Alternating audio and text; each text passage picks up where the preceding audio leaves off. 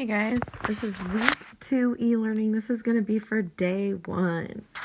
Okay, so we'll start with our morning circle like we normally do. So I'm going to give you guys a prompt, and if you want to participate, comment your answers in the comment section of the video, and that way we can still keep in touch, and that'd be super cool. So my first would you rather is, would you rather have to eat a live jellyfish or just a live fish, and why? And personally, I think I would rather eat a live fish because even though the scales are gross and it would be slimy, a jellyfish could sting you, and I think that would be scarier for me. I think the live fish would be the easier option of the two, but I want to know what you think, so make sure you comment below so I can know your opinion as well. And then my next question is, what did you do over spring break? You had a whole week. I mean, we've had longer than a week now. But for the week of spring break, what did you do? Where did you go? Did you see anybody? Did you eat anywhere fun? I went on a cruise. I told you guys that before I left. I went to the Bahamas and the Dominican Republic, and it was pretty funny. The first port in the Bahamas wouldn't let us get off the boat. They were worried about the coronavirus, even though nobody on our ship had it or tested for it or anything. So they had to change one of our ports to a different, instead of going to Grand Turk, we went to Nassau, and it rained.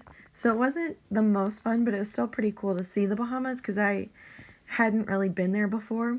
And then we were supposed to go to Princess Cay or Half Moon Cay, and it was too windy and the weather was so bad they wouldn't let us get off the boat because it wasn't like a dock. We had to get on smaller boats to get to the island, so they wouldn't actually let us do it, so we had to stay on the boat. And then the last place we went was the Dominican Republic, and that was really fun. We got to go to the beach and see the town, and I got to take a lot of pictures, so it was pretty fun. So I had a pretty good spring break, but it was kind of weird coming back and then seeing all, like, the grocery stores didn't have toilet paper, food, and so it was kind of an adjustment. And then my last question is, what have you been doing at home? I have been doing a whole lot of nothing. Well, that's kind of a lie. I've been scanning all your books and stuff every day, and that's been taking me forever. But other than that, I've been watching TV. I organized my bedroom. I cleaned out my makeup brushes and sanitize them, and I've been sanitizing a lot just because I'm worried about the virus and I want to keep my house clean. My mom has been staying with me, and that's been pretty fun. We've been making a daily vlog about just what we've been doing and trying to find toilet paper. So what have you guys been doing at home? Do you have toilet paper? Do you have food? What are you guys up to? I want to know. Let me know in the comments. Okay, so let's do some math. Let's do some toilet paper math because I feel like it's pretty fitting. I saw a TikTok on it and I was really cracking up. I thought it was hilarious. So if you have 2 rolls of toilet paper left at your house and each roll has 400 sheets and each poop you take uses 20 sheets of toilet paper, how many poops can you take before you run out? I meant to say let's do the math, but I just typed let's do because you know me, I make mistakes. So let's do the math. So you know me, I love Keynote, and I love drawing on Keynote. So I have 1 roll, 2 rolls. I gotta make the little. Okay, so this is 400 sheets, and this is 400 sheets. So to find the total sheets, I'm just going to add the 2. 400 plus 400, that's pretty easy. That's 800. But now I need to figure out how many poops I can take. If we look back at the problem, each poop uses 20 sheets of toilet paper. So I have 800 sheets total, and I need to figure out how many poops I can take before I run out. So I'm going to divide. I'm going to do 800 divided by 20. Sorry for the scraping noise. That is my stylus. I did order a new one. It's coming in a few days. I don't know. How many times does 20 fit into 8? It doesn't, but it does fit into 80. 20 fits into 80, 4 equal times. 20 times 4 is 80.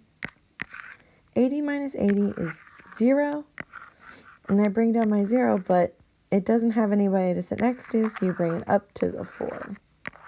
So my final answer is 40, but I need to label it. I can take 40 poops.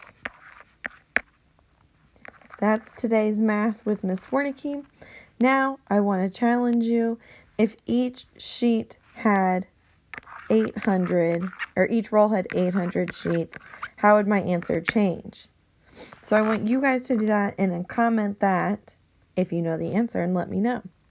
Let's do some social studies. All right, so we're going to talk about economics, which is something we have been talking about all year, but today it's also kind of fitting with what's going on. It's actually very fitting, but remember supply, which are goods and services. Like supply is the things you want, the things you buy, or the things like supply could be fruit roll-ups, or it could be getting your hair cut. And demand is the amount that somebody wants that good, or the supply. So the demand is the amount that you want it. How much do you demand it? Okay, so with all the chaos going on these last few weeks, what items have you noticed people have been demanding a lot of? So for example, I would say people have really been demanding toilet paper, because every time I went to the store, there was no toilet paper. So, and that's never happened to me before. I've always been able to go right into the store and get toilet paper when I need it. And you guys know Ms.Wernecke, she needs a lot of toilet paper. So it was pretty stressful for a few days before I could find some. So the supply would be the toilet paper, and the demand would be how much people want it. And so my demand for toilet paper was huge. I really wanted toilet paper. I didn't have any because there was no supply. So what happens to the supply when the demand goes up?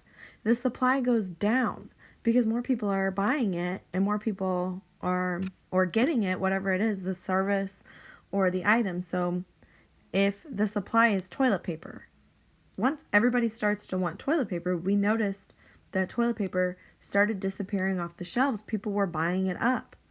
So what happens to the supply when the demand goes up? The supply goes down. So my challenge is, what happens to the supply when the demand goes down? Comment your answer in the comment section and let me know.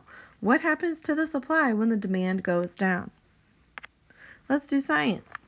So today's science is going to be super simple. It's just hand washing information. Because I didn't have something, I'm still working on the science book. And when I get that done, I will read the sections to you and we'll talk about it. And you guys can comment your answers and stuff below. But this one's just going to be easy.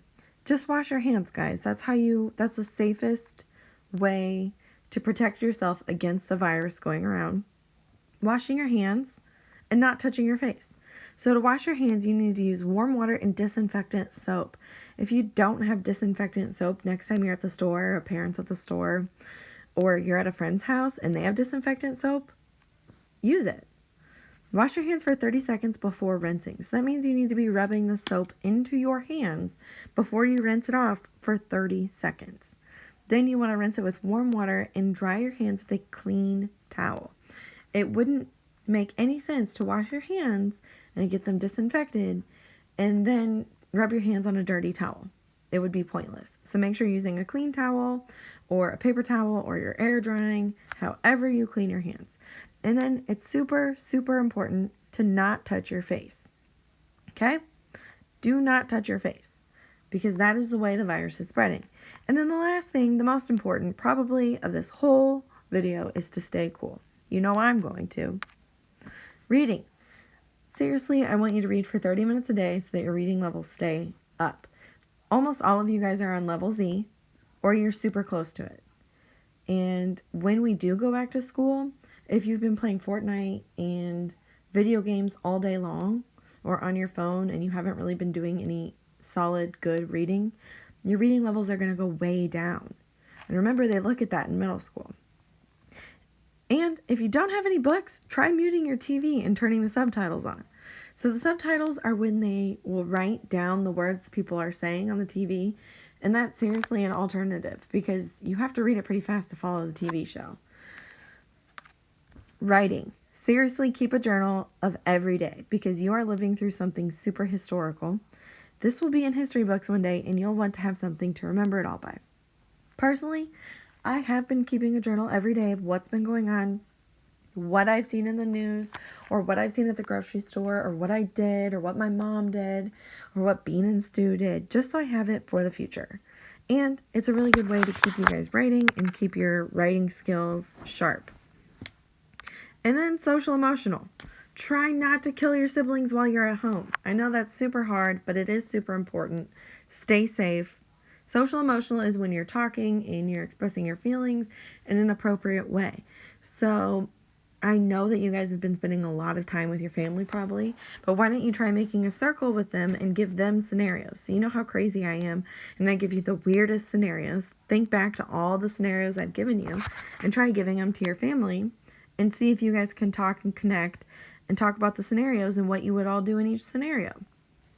So I hope you guys all stay safe, and I hope you have fun, and I hope you watch these videos and you comment and you're learning. That would be super awesome. Subscribe so you'll get the next video. This is just day